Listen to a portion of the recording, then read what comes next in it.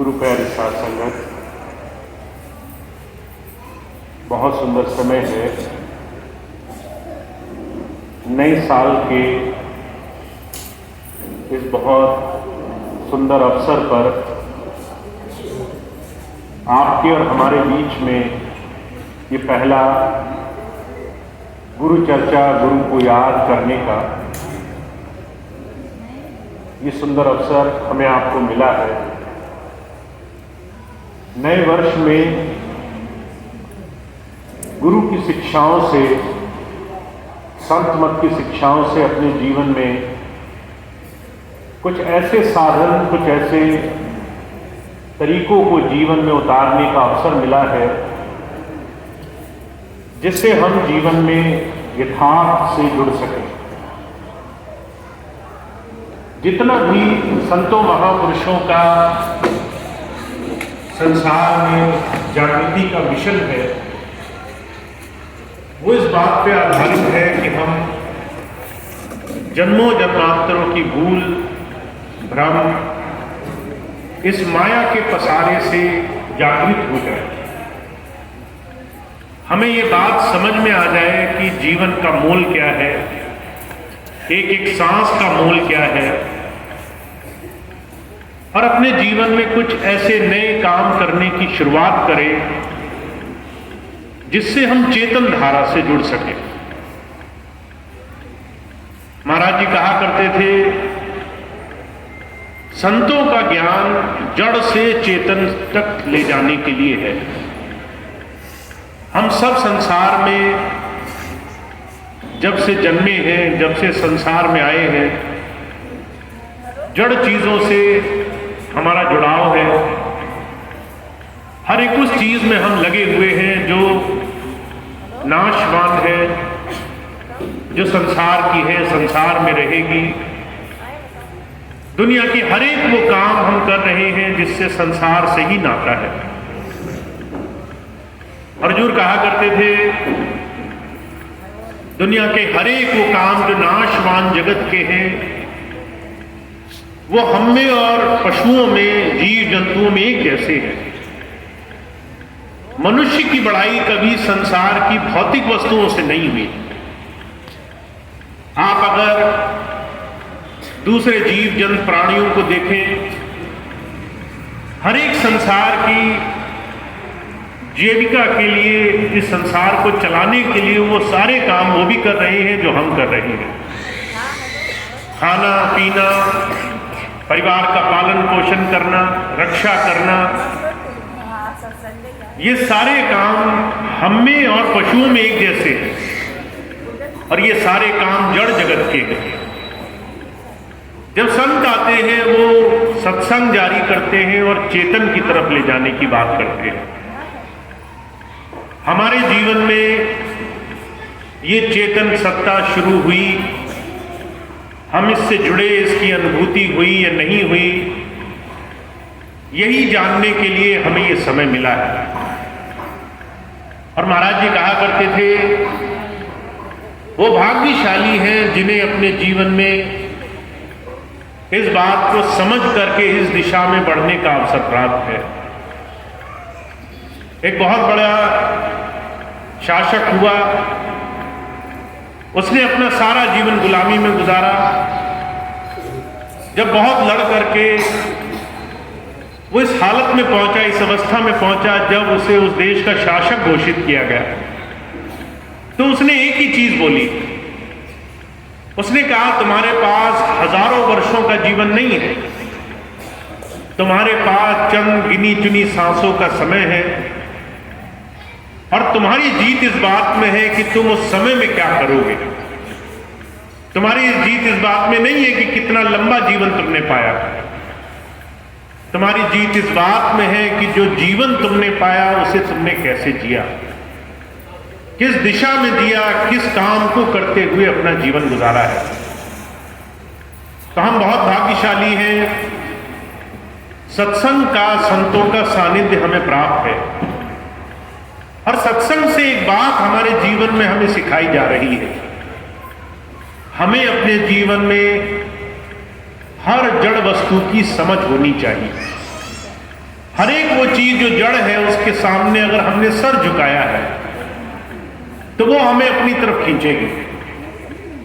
अगर आप आज समाज में रह रहे हो और कोई भी काम करो जिससे आपको समाज में तरह तरह से अनगिनत चीजों के साथ गुजारा करना पड़े, पर उसके साथ आप कहां बनकर जाओगे इसका अंदाजा हो तो आप जीवन में सतर्क रहते हो। महाराज जी कहा करते थे, तुम्हारे चारों तरफ चोरों बदमाशों की मंडली हो, पर तुम सचेत हो कि उनकी संगत तुम्हें जेल खाने तक, कारागार तक पहुंचा देगी, तो तुम सतर्क रहोगे, तुम समझदार रहोगे, उनकी संगत से दूर रहोगे।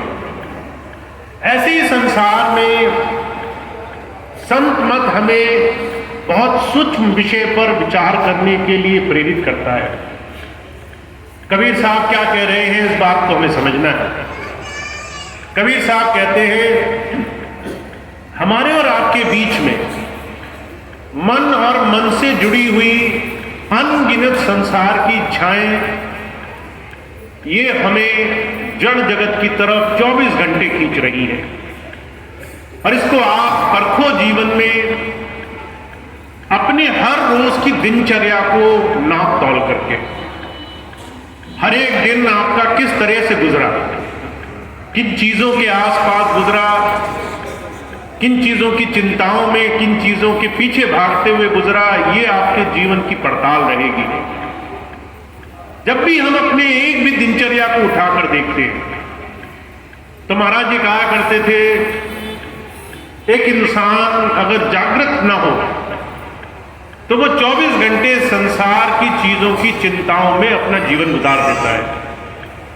आप सुबह उठे, चिंता यह है कि मेरे काम कैसे चलेंगे। आप इस बात की फिक्र में हैं कि संसार की चीजें आपकी बन जाए। आप बहुत मेहनत कर रहे हैं कि दुनिया किसी तरह से कमा सके, ज्यादा पैसा हो, ज्यादा समृद्धि हो, ज्यादा दुनिया की वस्तुएं हो, दुनिया की कीमती से कीमती चीजें हमारे पास हो। जब आप गौर से इस बात को देखोगे तो आप पाओगे कि 24 घंटे इंसान इन्हीं सारे सवालों में लगा है। और इसका अंत क्या है? हुजूर कहा करते थे, दुनिया की कोई भी भोग वासना कभी भी संसार में समाप्त नहीं हुई। बहुत से लोग मैं ऐसे मिला हूं जो कहते हैं, अगर हमारी ये एक इच्छा पूरी हो जाती तो हमारे सारे मन के काम पूरे हो जाते। ये एक ही चीज है जो हम मांग रहे हैं गुरु जी से, ये एक ही इच्छा हमारी है, जो पूरी हो जाती तो जीवन सफल हो जाता। और हुजूर कहा करते थे, इतिहास इस बात का जीवंत उदाहरण है, किसी की कोई भी इच्छा पूरी होने से उसके जीवन की तृप्ति उसे नहीं मिली, संतोष नहीं मिला। आपके एक काम बने, आपके जीवन में 10 और इच्छाएं पूरी होंगी। इसीलिए कबीर साहब कह रहे हैं, इंद्रियों के बस मन रहे, मन के बस रहे बुद्ध, कहो ध्यान कैसे लगे जहां ऐसा करूं। हमारा ये जो मन है ये भोगों के लिए जड़ जगत से जुड़ा हुआ है। हम संसार को ही सब कुछ मानते हैं, संसार की चीजों को ही हमारे जीवन में पाना हमारा ध्येय है, लक्ष्य है। दुनिया की दौलत, दुनिया के नाम, शौहरत, पदवी, यही हमारे जीवन का सबसे बड़ा आधार है। और जब जब कोई इन तमाम चीजों के लिए संतों के पास जाता है, सिर्फ दुनिया की चीजें मांगने के लिए गुरु जी के पास जाता है, तब वो संसार के जड़ जगत से छूट नहीं पाता।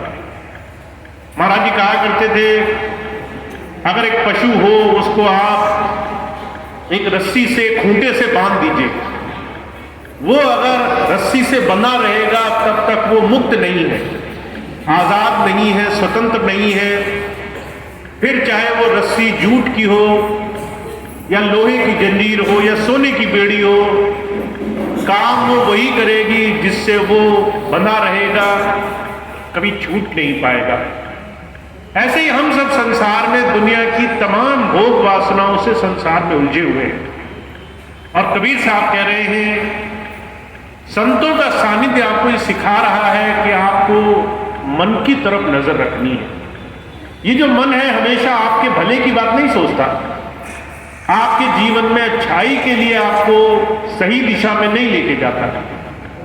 जब जब हम मन के पीछे रहेंगे और मन हमारा दुनिया की तमाम सुख सुविधाओं के लिए इंद्रियों के वशीभूत रहेगा, तब तब हम गुरु के सानिध्य में भी जीवन को सही दिशा में नहीं ले जा सकेंगे। कबीर साहब कहते हैं आपके जीवन में, आपके इस शरीर में अगर आपको यकीन ना हो तो आप 5 इंद्रियां ऐसी हैं जिससे आप संसार की तरफ खिंच रहे हो। सबसे पहले दर्शन की आंख से इंद्री, जिससे आप संसार की चीजें देख रहे हो। आपने चलते फिरते अच्छी अच्छी चीजें देखी, कीमती चीजें देखी, दुनिया के पास बड़े चकाचौंध के सामान देखे और मन में इच्छाएं उपजने लगी।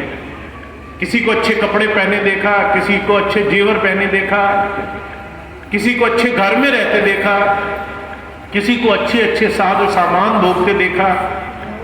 कहते हैं हमारे जीवन में 70 से 75% कर्मों के भोग इन आंखों की वजह से मन को लगे हुए। फिर बाकी कहते हैं आपके कानों से, आप कान से जो कुछ भी सुनते हो वो बात असर से खाली नहीं है। किसी की बुराई सुनी वो भी मन में चिपक जाएगी, किसी की भलाई सुनी वो भी मन में रुक जाएगी। और हुजूर कहते हैं देखे का, सुने का, स्वाद लिए का इतना बड़ा प्रभाव है इस मन पर कि एक इंसान वो लाख कोशिश करके भी इन इंद्रियों के प्रभाव से संसार में दौड़ लगा रहा है। जब कोई गुरु की सोबत पा जाए और उसके बाद भी दुनिया के भोग 24 घंटे मन में दौड़ते रहे, तो इसका मतलब है हम अभी भी जड़ जगत की आशा में लगे हैं। और हुजूर कह रहे हैं इस संसार में जिसने मनुष्य शरीर पाया हो और वो फिर भी संसार की चीजों की कामना कर रहा हो, समझ लीजिए वो जीवन में आगे बढ़ने लायक नहीं बना। इसलिए जब जब मनुष्य किसी संत की सोबत पाए तो गौर से समझे वो क्या समझाना चाहते हैं।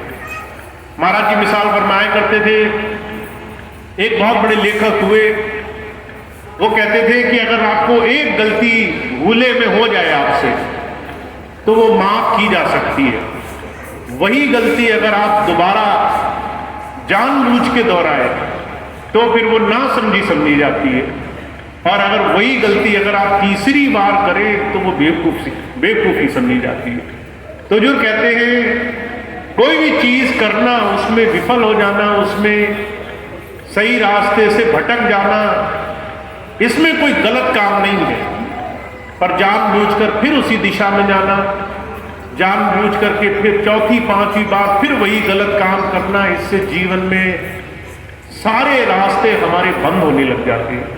तो संत आते हैं, कहते हैं अपने जीवन की संभाल करो। हुजूर कृपाल सिंह जी महाराज आए, उन्होंने मानव केंद्र नाम की संस्था का निर्माण किया। जब एक पादरी ने उनसे पूछा आप संत हैं पर आपने मानव केंद्र नाम क्यों रखा, तो महाराज जी कहने लगे मेरा संसार में आना सिर्फ एक वजह से हुआ है, मुझे मनुष्यों को मनुष्य बनना सिखाना है, इंसान को इंसान बनना सिखाना है। तो पादरी को बड़ा आश्चर्य हुआ कि क्या इंसान नहीं होता, हमने जो शरीर पाया, जो ये बाहरी रूप रंग पाया, क्या इससे हम इंसान नहीं हुए। तो महाराज जी कहने लगे मनुष्य सिर्फ शरीर या ऊपरी आवरण लेने से मनुष्य नहीं होता, मनुष्य की बड़ाई इस बात में है कि उसके अंदर मनुष्यता आ जाए, इंसानियत आ जाए।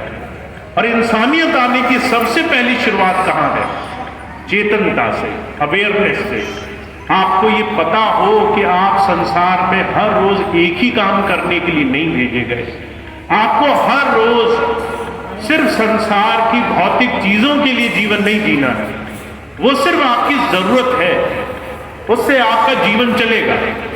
भोजन चाहिए क्योंकि शरीर की जरूरत है, कपड़े चाहिए क्योंकि शरीर ढकना है, बाहरी संसार के रिश्ते नातेदार मित्र संबंधी चाहिए क्योंकि उनके सहारे से बहुत सारे जीवन के अच्छे बुरे काम आसान हो जाएंगे, पर ये करने मात्र से जीवन सफल नहीं होगा। ये सारी चीजें मिलने के बाद भी जीवन की उपयोगिता पूरी नहीं होगी। मनुष्यता कहाँ से आएगी कि हम ये समझें कि हमारे अंदर इन तमाम चीजों से मुक्ति का रास्ता क्या है, इन तमाम चीजों से हम और ऊंची जगह कैसे पहुंच पाएंगे। और हजूर कृपाल सिंह जी महाराज इसको बहुत सुंदर लफ्जों में फरमाया करते थे। कहते थे आपको एक बहुत सुंदर शक्ति दी है परमात्मा ने, विवेक की शक्ति। आप हर एक गलत चीज स्वीकार नहीं करते हो। आपको अगर कोई गरम गरम चीज दे दे जिससे हाथ जल जाए, आपको पता भी हो कि वो गरम हो, तो आप उसमें हाथ नहीं लगाओगे, बुद्धि का इस्तेमाल करोगे, विवेक से सोचोगे कि ये गरम है, थोड़ा ठंडी हो जाए फिर इसको हाथ लगाना है। अगर आपको पता चल जाए कि आपको कोई काम करने से नुकसान हो जाएगा तो आप उसमें हाथ नहीं डालोगे। विवेक एक ऐसी शक्ति है जो आपको अपने जीवन के ऊपर प्रश्न करना सिखाती है। तो महाराज जी कहा करते थे आपको अपने जीवन के ऊपर प्रश्न करना आना चाहिए। महाराज जी अपने जीवन की घटना सुनाते थे कि जब मैंने गुरु ग्रंथ साहब का पाठ सुना, सिख परिवार से था, घर में गुरु ग्रंथ साहब का पाठ किया जाता था, उसमें बार बार ये कहा गुरु गुरु गुरु कर मन मोर, गुरु बिना मैं नाही हो, मैं गुरु के बगैर कुछ नहीं, गुरु ही मेरे मन में है, मुझे गुरु की तलाश करनी है। तो वो कहते थे, मन में एक विचार उत्पन्न हुआ, एक सवाल खड़ा हुआ कि गुरु कहाँ मिलेगा। और बार बार जब मैंने अपने पिताजी से पूछा तो गुरु जी कहने लगे ये पुस्तक ही गुरु है, गुरुवाणी ही पुस्तक है और पुस्तक ही गुरु है, इसी को गुरु मानना है। तो जो कृपाल सिंह जी महाराज कहा करते थे कि मन में ये सवाल फिर शांत नहीं हुआ कि गुरु अगर पुस्तक ही है तो बार बार ये क्यों कह रहे हैं कि गुरु को खोजो, पुस्तक तो सामने रखी है। और वो सवाल एक ऐसी अंदर में इच्छा शक्ति बना कि मन में एक लगन लगी। हर बार मन में प्रश्न हुआ कि आखिर जीवन क्यों मिला है। हुजूर कहा करती थी जब आप प्रश्न करते हो, जब आप अपने जीवन से ये जन्म क्यों लिया है इस बारे में बार बार विचार करते हो, तो मन में अंदर बैठा प्रभु रास्ता बनाने लग जाता है। अंदर से हमारे जीवन में हमें चेतन धारा की तरफ जोड़ने का साधन बनने लग जाता है। महात्मा बुद्ध हुए, राजकुल में जन्मे थे, उन्हें पिताजी ने सारे सुख साधन के रास्ते दिए, बहुत बड़े महल में रखा, हर तरह की सुख सुविधाएं दी जिसकी हम कल्पना तक नहीं कर सकते। पर मन में एक प्रश्न उठ गया कि आखिर जीवन का मोल क्या है, जीवन क्यों मिला है, जीवन सफल कैसे होगा।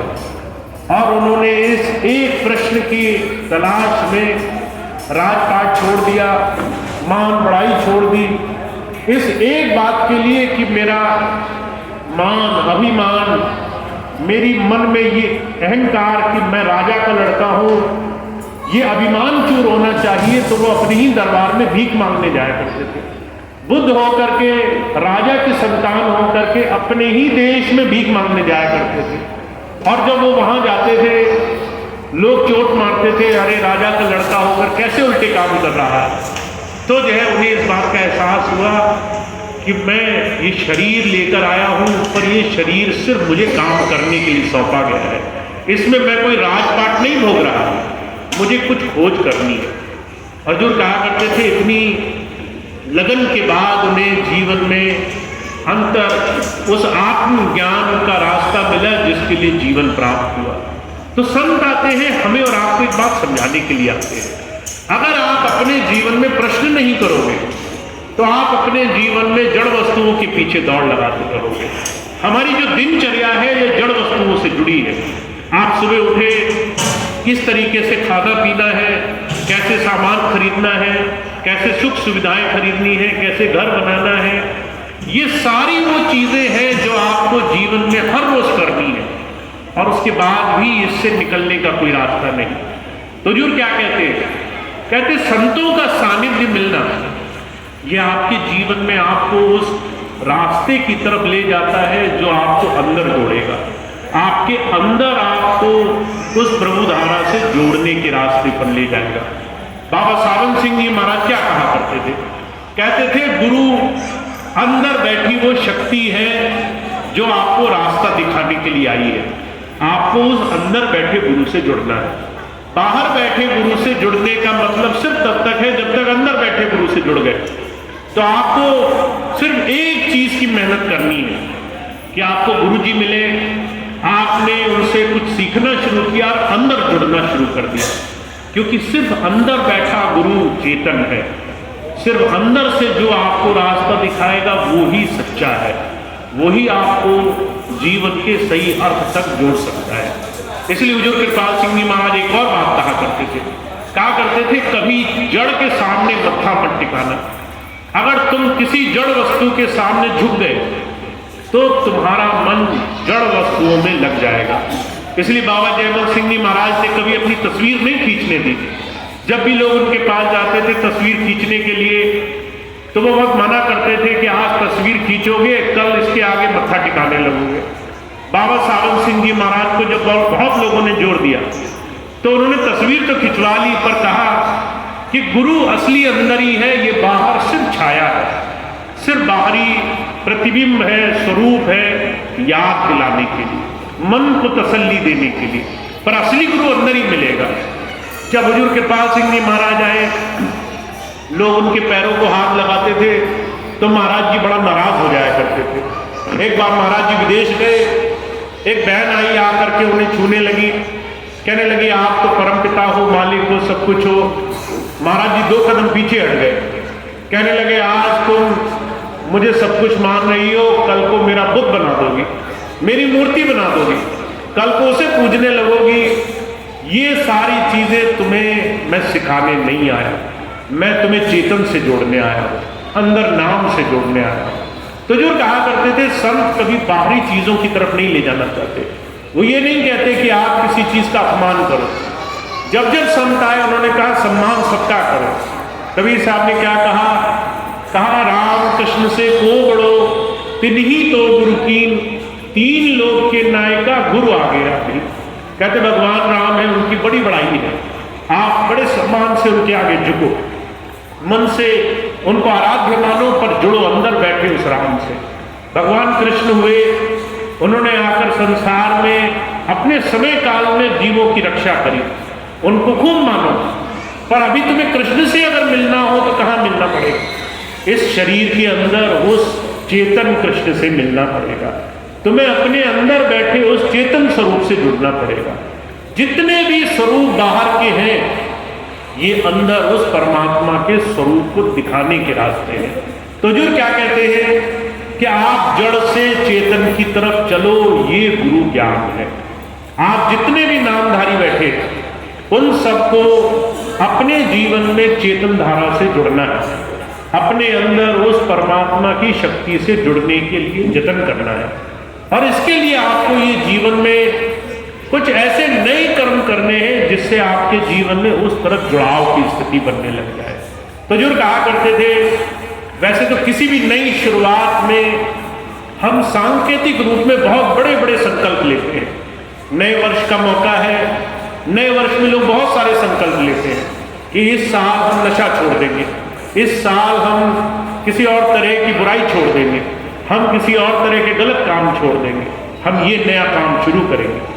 जब वो संकल्प लेते हैं तो मन में अपने जीवन में अच्छा बेहतरी की तरफ जाने की इच्छा लेकर के आगे बढ़ना चाहते हैं। वो सोचते हैं पिछले साल से मेरा इस साल का जीवन अच्छा होगा, मैं विकास की तरफ बढ़ूंगा, मैं अपने जीवन में 2 कदम और ज़्यादा सफलता की तरफ बढ़ जाऊंगा। तो जो कहा करते थे, हम सब गुरु प्रेमियों के लिए, हम सब गुरु भक्ति में जुड़े हुए प्रेमी भाई बहनों के लिए संकल्प क्या हो सकता है? हम अपने जीवन में क्या ऐसा कर्म करें जिससे हम जड़ से चेतन की तरफ चले।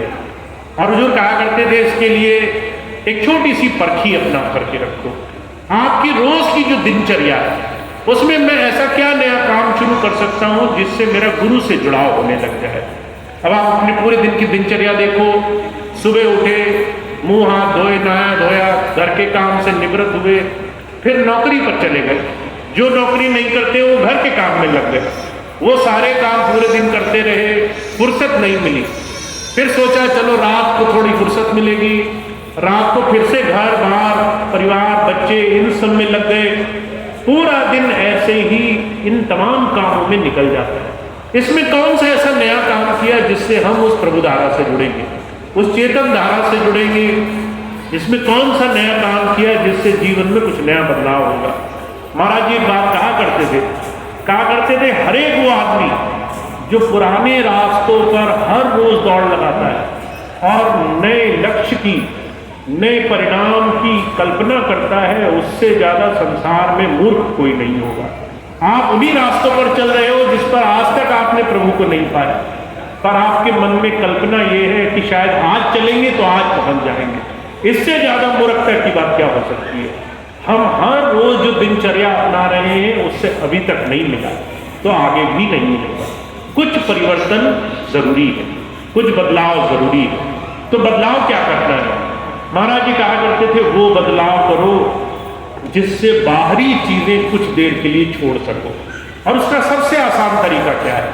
थोड़ा समय दो। आपके 24 घंटे में से क्या समय ऐसा है जो आप दे सकते हो? कौन सा समय ऐसा है जो आप अपने मालिक की तरफ निकाल सकते हो? तो महाराज जी कहा करते शुरुआत करो 10वें हिस्से से। अब 10वां हिस्सा बहुत ज्यादा लगे तो जो है आधे घंटे से शुरू करो। आधा घंटा निकालो और एकांत में बैठ जाओ। जब एकांत में बैठो तो जो है अपने सारे दिन की इच्छाओं की बात ना करो, पूरे दिन में जो चाहिए था उसकी बात ना करो। जो भी मन की इच्छाएं, संसार की समस्याएं, जो भी नहीं मिला, जो मिल गया, उसकी बिल्कुल चर्चा मत करो। अपने आप को एकांत में ले जाओ और वहां पर अपने अंदर उस प्रभु धारा से जुड़ने के लिए रोज जतन किया करो। तो जो कहा करते थे, जो थोड़ा थोड़ा समय निकाल करके अपने गुरु धारा की तरफ जुड़ने के लिए समय निकालते हैं, वो जीवन में उसे बहुत प्रिय हो जाते हैं। गुरु को वही शिष्य प्रिय है जो उसकी बात पर जीवन आचरण करता है, जो गुरु जी के सामने आकर के बड़ी बड़ी बातें करे, खूब बड़े बड़े अपने नारे लगाए, बड़े बड़े जो है बाहरी स्वांग करे, वो गुरु को प्रिय नहीं है। गुरु को वो प्रिय है जो गुरु की बात का आचरण करता हो, उसकी बात पर जीवन में कुछ कदम उसकी दिशा में बढ़ाता हो। तो हम बहुत भाग्यशाली हैं, हमें आध्यात्म, हमें जीवन में परमार्थ की तरफ चलने का मौका मिला है। मैं बार बार इस बात को इसलिए कहता हूँ क्योंकि बहुत सारे लोग मैंने ऐसे देखे हैं जो चीज़ें जान करके भी नकार देते हैं। बहुत सी चीज़ें धर्म की, संसार में अध्यात्म की, उस प्रभु भक्ति की उन्हें मालूम है पर उसको छोड़ करके बैठे हैं, उसको टाल करके बैठे हैं, उसको बुढ़ापे के लिए छोड़ करके उन्होंने अपना जीवन गुजारा है और उनके पास समय नहीं मिलता, उन्हें फुर्सत नहीं मिलती कि कैसे वो अपने जीवन की संभाल कर सके। ऐसे में आप और हम जिन्हें गुरु कृपा से जीवन को परखने का मौका मिला है, सत्संग में आने का मौका मिला है, एक महीने में कम से कम 3-4 बार ऐसे अवसर मिल जाते हैं कि हम सब कुछ छोड़ करके अपने जीवन को एक बार नापते तौलते हैं, एक बार इस जीवन को गुरु की नजर से परखते हैं कि हम कितना गुरु की तरफ बढ़ने वाले बने। तो आप बहुत भाग्यशाली हैं जिसको अपने जीवन में होश आ जाए, अवेयरनेस आ जाए, चेतनता आ जाए, वो जीवन में दूसरों से 1000 गुना अच्छा है। तो आप ऐसे ही गुरु भक्ति की दिशा में हो, पर सिर्फ सोचने मात्र से काम नहीं चलेगा। मैं बार बार एक ही बात कहता हूँ, कई बार हजारों मन की अच्छी नीयत एक छोटे से बेमने से किए हुए अभ्यास से कम पड़ जाती है। आप बहुत अच्छी नीयत रखो पर कभी चलो नहीं, और आप जरा सा बेमने से चलो और नीयत आपकी अच्छी ना हो, वो चलना कारगर रहेगा, वो चलना ज्यादा सफल हो जाएगा। तो आपको अगर भरोसा ना हो कि आप कहाँ पहुंचोगे गुरु भक्ति में, फिर भी समय देते हो तो वो ज्यादा सफल है।